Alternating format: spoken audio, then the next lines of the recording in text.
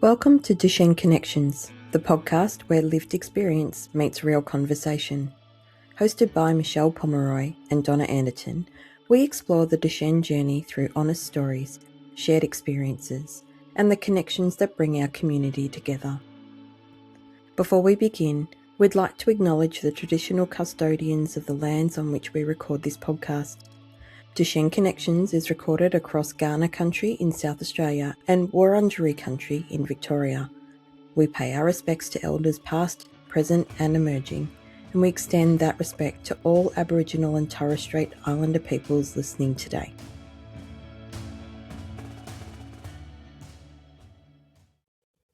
Hey, welcome back. Hello, we're back. Here we are, listening to Duchenne Connections podcast, where lived experience meets real life conversation. I'm Michelle Pomeroy. I'm Donna Anderton, and we are back again. I remember last week we were discussing what life was like after diagnosis, just those early years before we start school. And I think we finished off talking about the fact that this episode would look at some conferences we've attended, how we met. Probably should start there. Yeah, and I reckon we should talk also a little bit about kind of building teams, building kind of... Yeah. Even building on some of those more connections in community, but building allied health teams, but also some of those hiccups that we faced with our kids in those years. So we're still focusing between 2 and 5? Yeah, pretty much. Yeah. So let's take it away, Donna. Let's talk about the conferences. Well, where we met. Let's go back to where we met. I remember it was the first conference I attended. I'd seen it advertised through Duchenne Foundation. Thank you. I went blank then. What was at the time Duchenne Foundation, and they had a conference that was occurring in Queensland. And we talked last week about, not having a lot of money. And I sort of just looked at Matt and said, what do I do? Do I go? Yeah. How do we afford this? How am I going to leave 3 little kids to start with was the biggest concern for me. I'm like, oh my God. But he's like, no, go and learn what you can. So we saved up all our little pennies and got the flight, bought the cheapest budget accommodation you would ever see in Queensland. And I remember getting a taxi because it was at the Queensland University on the Gold Coast. The Gold Coast, university, yeah. That's right. And I remember walking in and there was felt like hundreds of people there, and I had no idea what I was doing. And I'd left my family. I'm like, no, I'm doing this for Coop. And I was all, excited and scared at the same time, and brought me back to so you travelled up on your own, didn't you? I managed to drag my mum along. So that would have been so good, to have someone. Well, this is my second one because I'd attended the one in Sydney with Martin, That's my right. husband, without Jack. And then on this one, I was like, yep, going to go up. But I managed to talk my mum into coming with me. Which was great because you actually helped me a lot. And I remember going in and sitting down, and I don't even know how. Do you remember the moment? It's like a couple. Do you remember the moment we met? I don't know if we were just sitting near each other in the conference, in the lecture theatre. I remember us being inseparable once we started talking. Yeah. I remember once we'd actually spoke, we were then everything together, Together. I was like, and it was like, I've got someone I can talk to. And you're like, yeah. And your mum sort of took me under her wing as well. And it was like the 3 of us walking around. And conferences are really exposing. There was so much. I wanted the information, but it also kind of terrified me. I mean, this was our second one, so we'd been out of diagnosis for a few years. How long it had been since Cooper had been diagnosed? He was diagnosed in the June of 2011, and I'm sure this conference was September 2012. Okay, so so it was 12, 15 months. Yeah, But yeah, I that's remember so true. you get the programs at these conferences, you get a program, and sometimes they were divided off to the younger Duchenne Yes. children and then Like the older age-wise. ones. Yeah, yeah. Yeah, but they still showed common things between the two. And I remember getting a pen and going, I've got to do that, that, that. I've got to try and get to everything. And Yeah. then we'd always have those breakouts for morning tea and lunch. We were well catered for. And I remember sitting with you for one.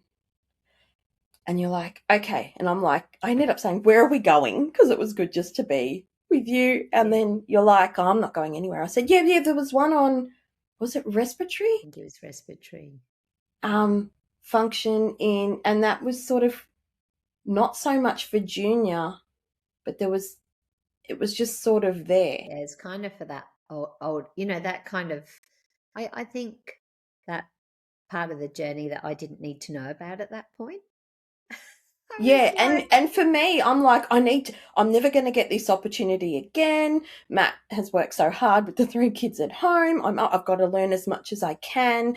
And I was just like, give me all the information I need to know. Because I'm one of these people that the more information I have, the more I know how to plan and prepare.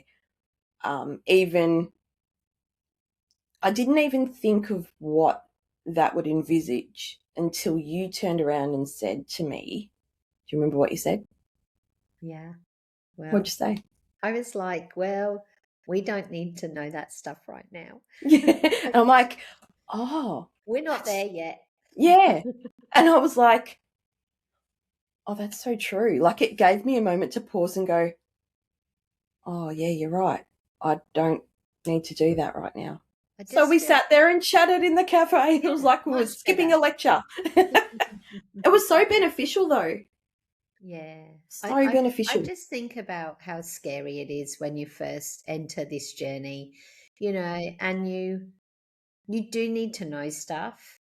But I think if I could go back and tell myself, what do I need to know? I think that was one of the best things I felt like I did for myself, was that I wasn't worrying about the respiratory and the heart because I wasn't there yet, Yeah, and it did terrify me. Like it really terrified me. And it was so hard to keep focus in the moment. yeah, It was so hard to just live this bit. And, we've said this before, the younger years are the best years. The kids are on their feet, it's easier to move around. But the thought of what was coming, and I think for a lot of families, because of the diagnosis, that end journey stuff never leaves you. But yeah. you kind of learn to park it a little bit and kind of be in the moment with your kid. And that's a really hard thing to do. So I was like, I'm skipping out. I'm not doing any respiratory stuff till, Jack gets into, you know, 10, 11, whatever it is, and I'll Yeah. start to learn. And I guess I wasn't thinking about other conferences or whether I'd get to go again. I guess this had been my second one. So I was kind of like, look, I'm going, whatever it takes, we're going to go. We were lucky enough as well that at that time we had a muscular dystrophy association in South Oh, that's Australia. right. Yeah, We no yeah. longer have it now, but we did have. And they actually gave us grants so that SA families were able to attend. So, Gee. we were really fortunate that there was a few families from SA. We managed to get some grants and come over. So yeah, so not skipping along was, you know, it was a good call, I think, and it gave us time to connect. But I also remember something at that conference that was, you know, really, really emotional for me. Oh, And I yeah, think you know what I'm going to talk about. yeah. Our dear friend, Crazy Mary, our beautiful, Mary. beautiful friend Mary, We love you, Mary. Shout out to Mary. love her. And so on this particular conference, we happened to be directed, or we found Mary highly emotional Yeah, down a bit of an alleyway. And for anyone who knows Mary, she's a pretty strong woman. Like she knows what she wants, she knows how to get it. She's on it, is Mary. So this poor lady, and And was her husband there with her? Or was it just Can't remember, Mary? I sorry. think it was both of them. I think it was both of them. Yeah, yeah. I think it was both of them. And I remember one of the people that had organised, one of the members of the Duchenne Foundation at the time, had sort of cottoned on to, I was from Melbourne and you were from down there as well, and sort of suggested, because we all had children around a similar age, that we should go over and have a chat. And I yeah, remember there being a bench there, and I remember my yeah, mum sitting on the bench watching it all, yeah, and my mum still loves Mary too, yeah. because You can't Mary. not love Mary. No, you can't. And her son Lucas, we'll do a bit of a shout out to Lucas, because her son Lucas is also on YouTube. So Yes, track him down and follow him on YouTube too. But I think that mum watching on, I think she could see the dynamics and all the emotions. And so dear Mary had come along to an exposing conference, yeah. I think like a week after diagnosis. It was only a week. Yeah. Quite terrifying that. And how confronting. Like, it took me a year to get my head around actually, I mean, taking up the opportunity to go, but to be there after a week, like, Yeah, just shows you the depth of love we have for our kids, yeah. whatever you can do, you do. But the emotional strain poor Mary went through, And who told Mary to go at that time? Like who's I don't saying to know. her, here's a conference after a week of diagnosis? Yeah. Like, pretty sure that that's, yeah, like scary. It's scary. Yeah. And she would have gone, yes, I want to learn. I'm going to, because she's a very proactive mum. She would Yeah. have said, yes, I want to go, not really realizing. And potentially she could have gone to those respiratory and heart ones that I avoided, you know, very Oh, exposed. could you imagine? Yeah. So Yeah. I think it's important that give yourself some time after diagnosis. Yeah. You know, give yourself some time and don't rush into these things. Yes, you do need to know there's plenty of learning throughout the journey, but also be kind to yourself in that, you know, digest it as you go along rather than Yeah. exposing yourself to all this, stuff that you just you can't digest it because there's so much emotion involved. But since that day, you know, we've we've all remained friends. Friends, Um, yeah.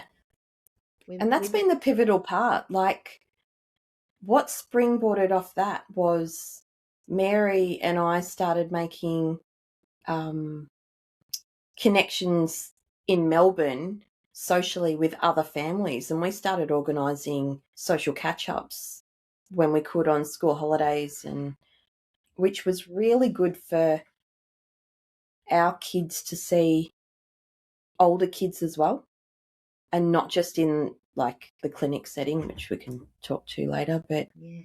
yeah. Well, And even it's the connections with the medical like personnel that were at the conference. So I remember leaving the conference and I remember calling Matt and I said, I'm coming. And he goes, you better get home soon. I'm got these 3 kids on my own, like just walk. And I'm like, I'm coming, I'm coming. And I remember waiting outside for a taxi to get to the airport. And just to the left of me was Cooper's neurologist, the physio team, the dietitian, all waiting for a taxi, and they looked across at me and they said, do you want to come in the taxi with us? And I just went, but me. like, I don't know, it was like royalty. At the Yeah. time I remember going, Yeah. are you sure? Yes, come in. And Cooper's neurologist like, yes, come on, it's all fine, it's all paid for by the hospital, you might as well take advantage and look after the patients that are coming with us. So, and I got to sit in the taxi with them for half an hour to the airport, and then we were chatting on the plane, and we're picking up our luggage at Melbourne together. It Yeah. actually formed a bond there, which was outside of the clinic, Yeah. for which Which is was important. really good. Do you remember that actually we used to hijack some of your Melbourne catches because Yes.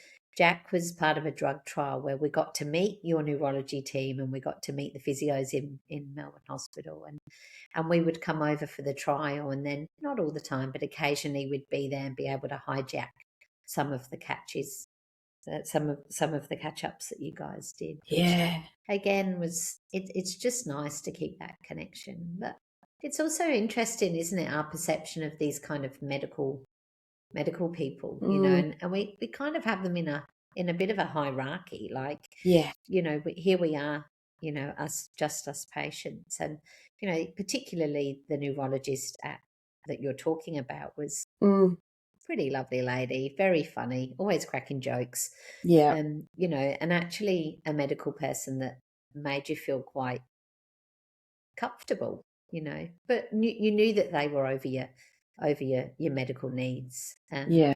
Because Duchenne is, it's complex. Yeah.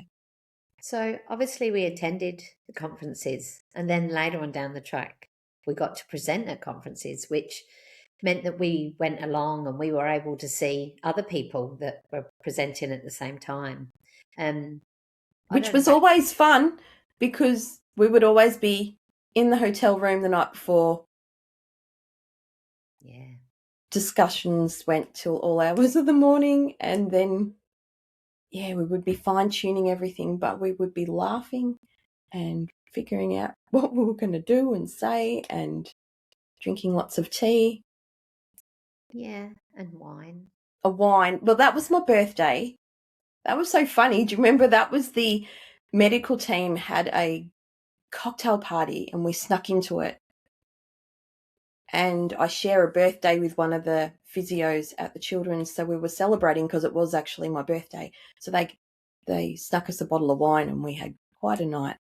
We did, and presented the next morning, if I remember. And we did so well. Surprised everybody. We did so well. We had a couple of SA families there as well that came Yeah. over, which we sat with, which was brilliant because, again, there was more connection. The Duchenne Foundation always did really good conferences. There was always a lot of people there, and there were definitely very medically model heavy, but it was really nice to have people from overseas come. Yeah, I was going to say international experts. They knew what they were talking about in their field. But even in those days, even local neurologists would travel to those. I can remember going and Jack's neurologists being there and being sat in front of us. As time went on, things changed. But I think in those early conferences were amazing. And for me, it was the first exposure to kind of the behaviour-based stuff, and managing that. And I think the likes of, at that time, Jos Hendrickson, who was amazing, he would come over from those Scandinavian countries. And I've got to say, I think the Scandinavian countries always do disability well. They're very inclusive. And so for me, that would be a real highlight, having Jos come and present. Yeah. I really enjoyed and got a lot out of James Poisky from America. He really understands behaviour and the psychology behind things, and just generous in giving that information and sharing it with everybody to learn from. Well, James, and I found... Oh, sorry, go. Well, James is a psychologist and he's also a parent, so he's a psychologist, a parent, and he's someone who is very intertwined with the community. So, for me, he sort of came a little bit after Jos Hendrickson, and for me, I remember the first time I heard James and just thought, oh my goodness, this is, he so gets how we feel. And he was also a male, which kind of sounds a bit sexist, but it's the mums that are predominant in this. And I remember James talking about the son's rigidity and how to manage those behaviors, and his wife saying to him, James, you're a psychologist. Did you not spot this stuff? And he was saying, you just don't when you're a parent and live in it. But, he has this ability to share those light bulb moments Yeah. like we have ours, Yep. and share those light bulb moments. But I think from the things that I've read from James, and there's a couple of books. Janet Hodgkins did a book, and James has written in that book, and potentially we can share the link for others to access. But James really talked about those light bulb moments for him as a dad. And I think that that's a really lovely inroad for other dads, because so often the journey becomes about us and our relationship with our kids because their attachment to us is so high. Yeah. But for me, James really, he had that male perception and perspective of DMD journey as well. So Yeah. I think if we can organise to share those links up on our feeds on, Facebook, wherever we share them. Yeah. But I think Yoss and James, for you and I, were pivotal because they actually gave guidance and insight into everyday living. The medical experts we were listening to gave us things to be aware of, things to look out for, things we could talk to our health teams about. But Yoss and James actually gave us day-to-day pivotal things we could be doing. And that sparked, I think, for us, this Yep. quality of life. Yeah, it gave We, us a platform for yeah, you and I to bounce off of, because absolutely.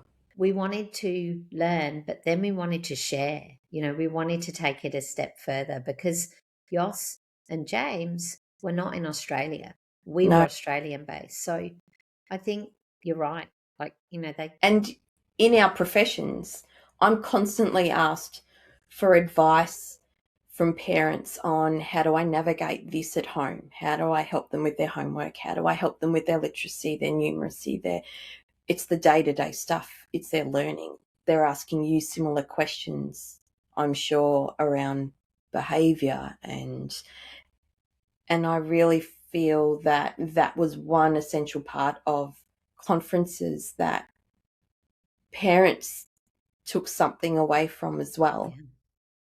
because there were little tips and tricks or hints to help, because when you go home you're living the day-to-day life, you're not living your next clinic appointment. Well, I think the other thing for me was that the behaviour was far harder than the physical stuff. And that's what really drove Yeah. me to do what I do, is that I felt helpless. I felt like I didn't understand this kid. I didn't know what was going on. And it doesn't matter, people say to me all the time, oh, my kid doesn't have behavioural issues. You live with Duchenne, you live with something that's taken away your body movement. There's going to be a behavioural reaction to that. So for me, and I work really closely with a physio here, and, we talk about this all the time. But the thing that drove me was that parental despair of, I can understand, I can see the physical stuff. I can't see the behavioural stuff. It's not tangible, and that was where I felt despairing, and also just going back to when you talked about diagnosis for Cooper and remembering picking him up all the time. I was the same, Jack would just want to be held, and he almost at one point wanted to co-sleep. And this is a big thing I see now, even in my work, is that co-sleep in and that attachment to mum. Now, I didn't let Jack co-sleep with me, but we needed psychology help to navigate that. Yeah. So again, it was after going to the conferences and learning about behaviour. And at this stage, Duchenne was a physical disability. Now we know it as a multi-system disability, but we didn't know that then. It was just, this is Duchenne and there must be something else going on. Now even we when understand. Cooper started steroids, and at the age of 5 or 6 he would pick up a car and throw it against the wall or out of frustration or anger, and I just used to laugh and call it roid rage because, he's on steroids. And but now looking back, knowing what we know, probably wasn't that at all. He's frustrated. Yeah. Talking about frustration, and again, the conferences didn't touch much on allied health from, say, speech, but we did see a lot of physios and OTs there, which was amazing. But I want to touch on speech because, some of our kids get diagnosed through a speech delay. And that was apparent back then. I remember at the conference them saying that, speech delay is quite common for these kids. And I can remember, and I think understanding behaviour and communication, behaviour is communication. So if we see a behaviour, it's communication. So we're always going to kind of see these frustrations in the kids. I didn't know that then. I do now. But I can remember watching Jack bum shuffle, because he never crawled. He would bum shuffle to a wall and he would hit his head against a wall. And I could remember thinking, why is he doing that? Yeah. Now, we were in the country and, we were building our allied health team. We'd been referred into a full deck of speech, OT, physio, psych. But a lot of these people, like the psych, were visiting because we were in a country town. But I remember working really closely with the speech therapist and them saying to me, let's try some keyword sign. And I can remember thinking, I want him to talk. If we do keyword sign, won't he use the keyword instead of talking? And, best thing we ever did. And we only did small signs like, finished, more, just small ones, because Jack's speech was horrendous. I don't know what Cooper's speech was like in those early years, but Jack's speech was minimal. In fact, when he started school, he only had 2-word sentences at school age. Yeah. Well, Coops, sorry, I was just going to say, Coops had an expressive language delay. So I remember he would talk, he would come into the room and he'd go, can we do that thing? No context. What? No context. What thing? That thing we talked about. I'm like, you just got up. When did we talk about? Yesterday. We talked about it yesterday, and he couldn't give me context. And to this day, he's 18, and there'll still be times where he'll say, are we doing that? I'm like, doing what? Context, mate. And now he's able to go, oh, I'm talking about the. Is that randomness, and yeah. I'm not going to go too much into the speech-based stuff because I could rattle on further into work mode, and I don't want to do that because this is about my personal experiences. But I do think that having a child that found it so hard to express language, we just had to find a way to hear him. And that was really hard. And I found that using keyword sign for a small period of time helped get his message over. It reduced the frustration for him, didn't it? He was able to be understood. And his needs were being met. Like and look, Jack's still the same now. We don't get any context. It's very random.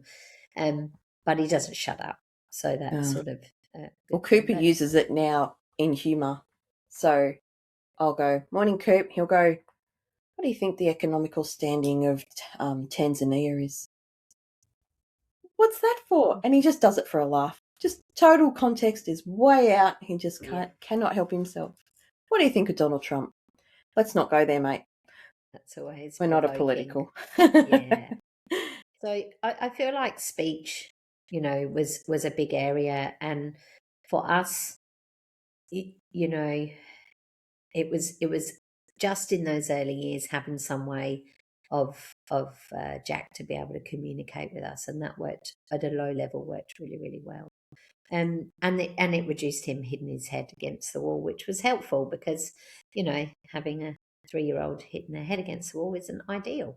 Right. How did you find his fatigue, like his ability to, go through the day?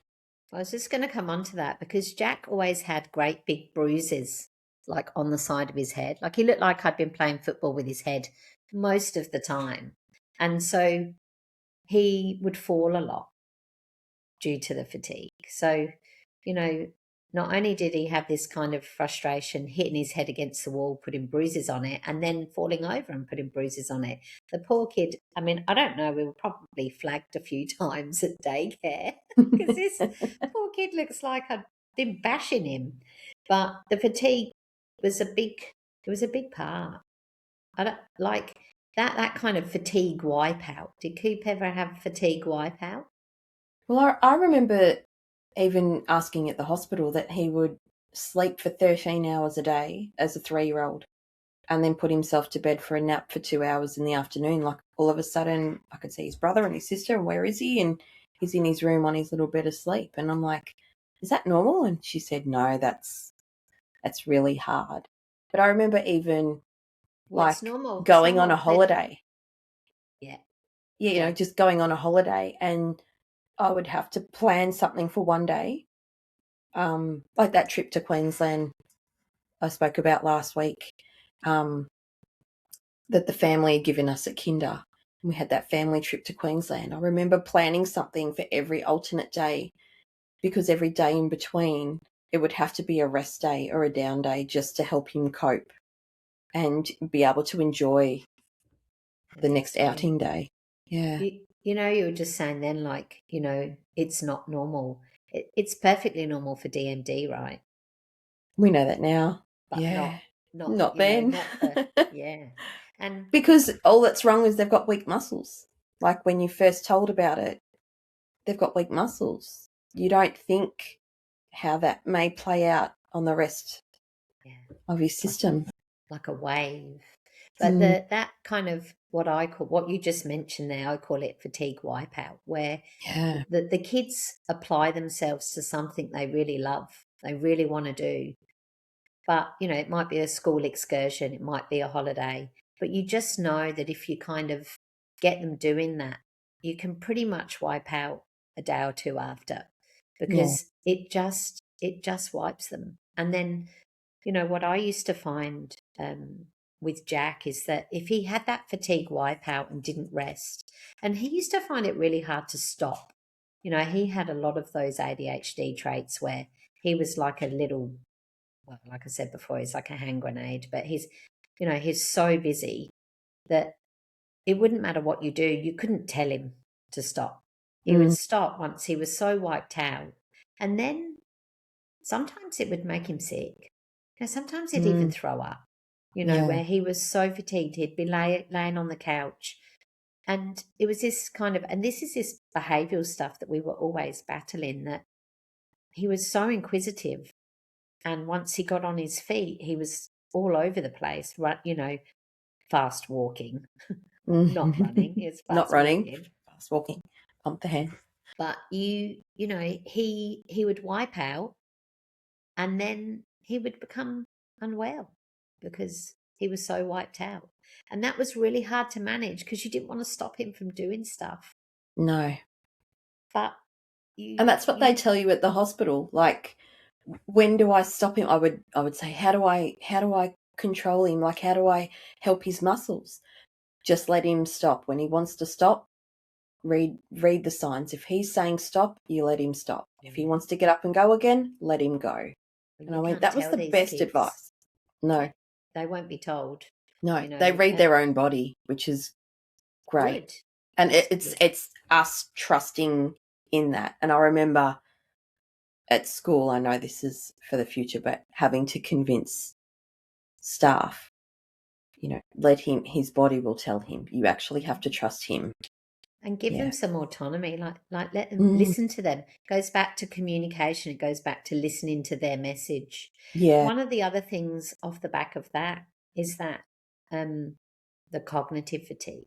So obviously, Coops is not really affected by those cognitive learning difficulties. He's got his expressive language, whereas Jack was extremely affected cognitively. Like learning was really, really hard.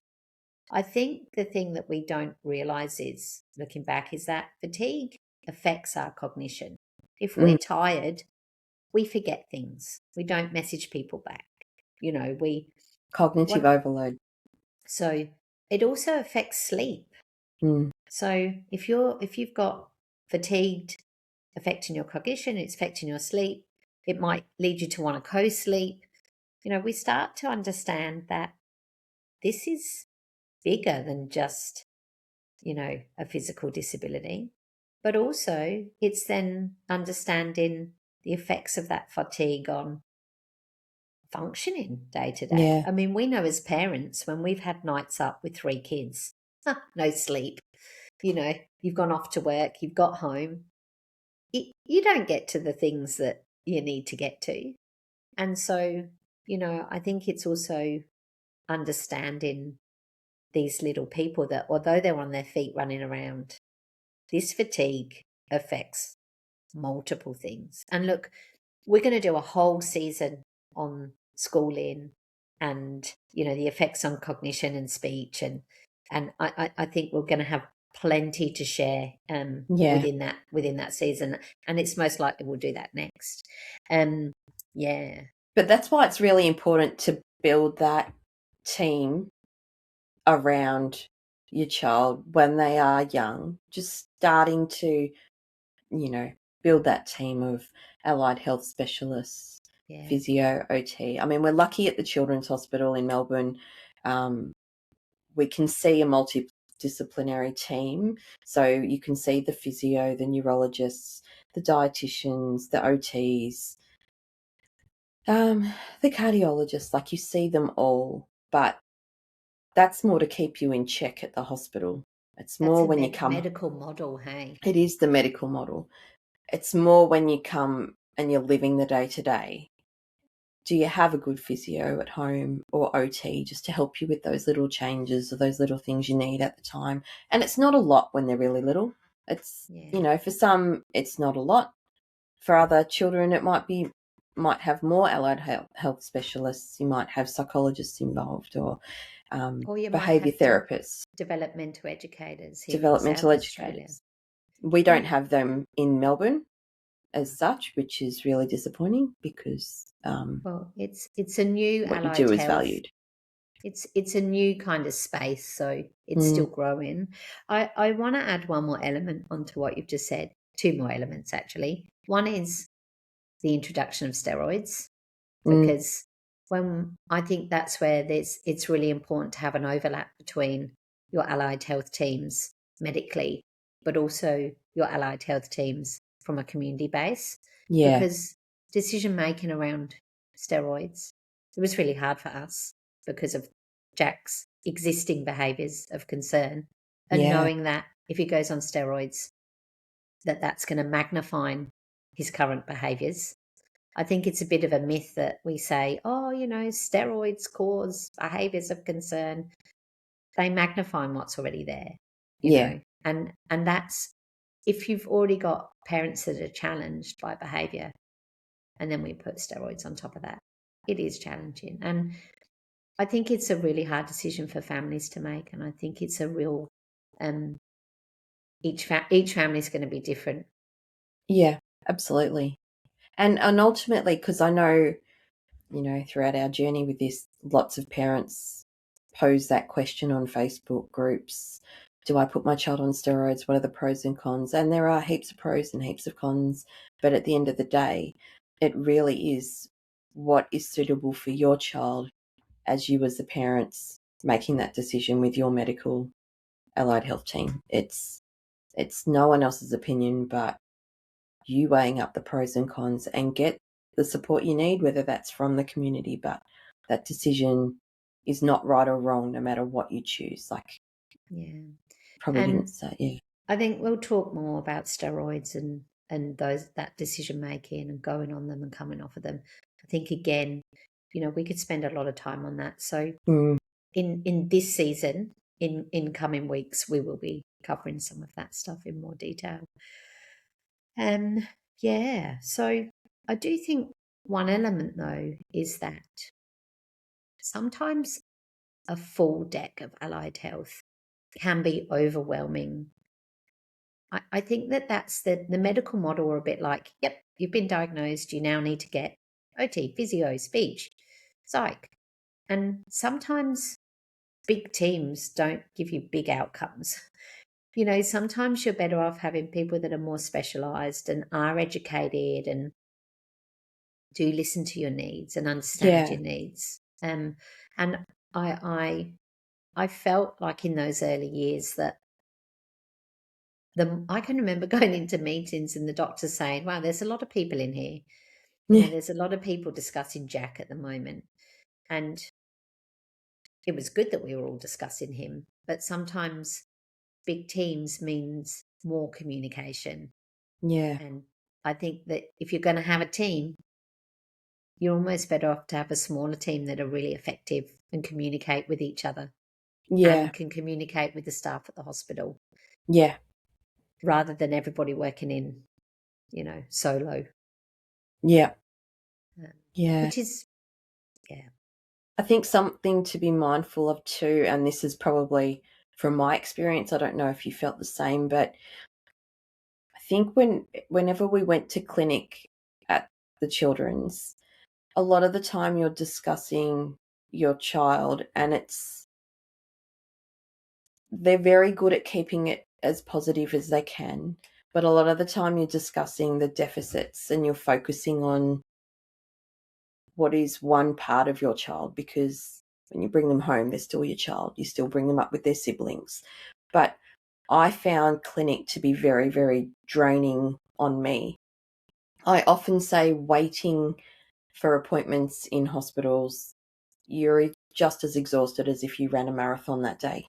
And one thing I used to do, especially when the kids were a little bit older and they're all at school, was I used to always make sure I had nothing planned for the day after clinic.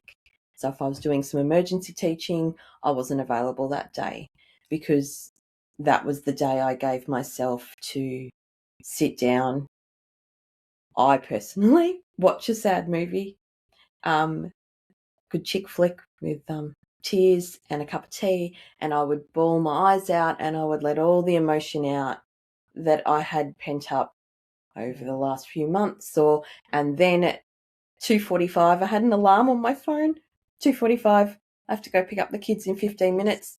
Wipe your eyes, sunny's on, and back to being mum, because I Okay, couldn't what's your stay there. movie? What's your sad movie? Oh, look, over the years there's been lots. You pick Beaches, Me Before You, anything that had, it was actually always something that had a sad undertone that I knew was going to make me cry. Yeah, me too. I've got a go-to movie. What is it? Wonder. Oh, yes, that one gets Yeah, me. and from the Yeah. minute it goes on, Jack says to me, "What do you do to yourself, Mum?" I mean, he's often in the other room, but I not from the minute the music starts, it's Yeah. not even the movie hasn't even started. I start crying, but I Oh, find it really hard to cry. So I don't know what you're like, but I find it Steel hard to cry. Magnolias, that one gets me every time. But a movie always gets me going. Like Yeah. if I feel bottled up, sometimes I think I'm so bottled up, I just need to release. But there's so much to cry about. I don't know what to cry about first. So if I put a movie on, I'll just cry at the movie, and then it makes it easy. Yeah, because most people would look at us and just go, "Oh yeah, they're fine, they're great, they're great." But I do remember holding it in, but I would always give myself that day. I've lost that luxury now as time went on and they got older, but now and then I'll still have, school holidays, pick a movie, cup of tea, everyone else is doing something. You need that. Yeah. So I'm thinking a bit of a light bulb moment for the day. I think my light bulb moment would be stay in the moment. Yeah. Don't go too far ahead. I don't know. What was your light bulb moment? Do you Oh, look, remember? I have to take myself back to drinking a bottle of wine with you on my birthday. Because of those connections. Like, for me, like the connection with like you and Mary, and Deb, and like just. So is the light bulb moment the importance of Yeah, the importance of connecting with others, because I've learnt so much from you, from our friend Mary, from Deb, from other people's journeys. They just they just share so much with you that you just learn from other people. And that's why I'm not the most eloquent speaker, but as you'd all gather, but that's why I'm doing this with you. I just think connection is so important. It's just so important. And we've got so much to share from us, but from all those other mums that you've just mentioned, and from all the people that we've come across throughout our years living this journey. I'm looking forward to the next few episodes. I really hope that people can continue to follow us on Facebook and Instagram, but also where you're getting your podcasts, so YouTube, Spotify, and Apple. If you can follow us, that would be amazing. Because Duchenne Connections is where lived experience meets real life conversations, and we want to share that with you. So we're going to sign out. I'm Michelle Pomeroy. I'm off to have another cuppa. I'm Donna Anderton. And we'll catch you next time. See ya. If today's conversation brought up thoughts, ideas, or concerns, we want to acknowledge that while these discussions are informed by lived experience and professional knowledge, every Duchenne journey is different.